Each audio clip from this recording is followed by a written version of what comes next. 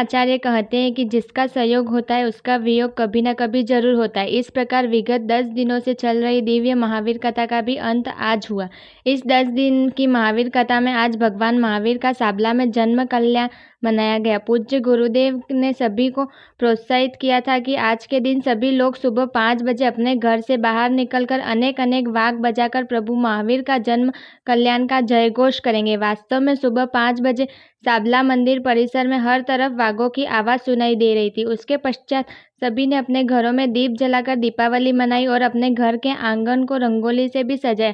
किसी के भी मन मानने के लिए राजी नहीं थे कि आज दिव्य महावीर कथा का अंत हो गया है, क्योंकि सभी के दिलो दिमाग में यह महावीर कथा इस प्रकार बस गई थी कि इसके संपन्नता से सभी मायूस थे। गुरुदेव ने महावीर कथा के 10 दिन धर्म श्रवण के साथ साथ लौकिक और सामाजिक मुद्दों पर भी प्रकाश डाला, जिसके कारण बहुत से लोगों में परिवर्तन आया है।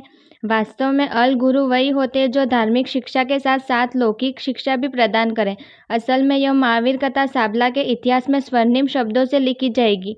धन्य हो गई साबला की नगरी, जिन्हें ऐसे वागड़ के केसरी श्री वात्सल्य प्रभाकर चंद्रगुप्त जी गुरुदेव के श्रीमुख से महावीर कथा का श्रवण करने मिला। ऐसे गुरुदेव के चरण में बारंबार नमोस्तु। अपने आसपास की खबरों को पाने के लिए भारत न्यूज़ नेटवर्क को सब्सक्राइब करें, वीडियो को लाइक करें और व्हाट्सएप पर ज़्यादा से ज़्यादा शेयर करें। रिपोर्टर दीपक बनोत। आज आप भी गणेश कर रहे हो, दोनों परिवार के लिए यही शुभकामना आशीर्वाद कि आप साक्षात समोषण के दर्शनों का लाभ आगामी भाव में प्राप्त करो। बांसवाड़ा से हमारे भारतेंद्र जी और टीना जी, एक और टीना, हमारा उनके लिए भी आशीर्वाद। भारतेंद्र भद्रा जी जो कि हमारे संघ में साधना करने के लिए नई और शर्मिला बहन का मोबाइल मैचों की सूचना नहीं आई है। तारीख को गर्भ संस्कार, 15 तारीख को गर्भ संस्कार किया जाएगा और वो गर्भ संस्कार करने के लिए जोड़ी से आना आवश्यक है और वे दोनों पति पत्नी आएंगे। सामग्री आपको लगभग मिल रहे हो, लेकिन वो सेवाएं देने के लिए वो आती अतिशय नहीं होगा, लेकिन आप उनको सूचना कर दे। शर्मिला बहन रजावती ना सर ने, शर्मिला की रजावत, वो शाम को अपने अनुभव यहाँ पर व्यक्त करेगी, क्योंकि हमेशा चौके में श्रीमद राजचंद्र आध्यात्मिक साधना केंद्र कोबा में रहकर के कई वर्षों तक की वहां साधना की और जीवन में वैराग्य के बीच और इस मोक्ष मार्ग की प्रेरणा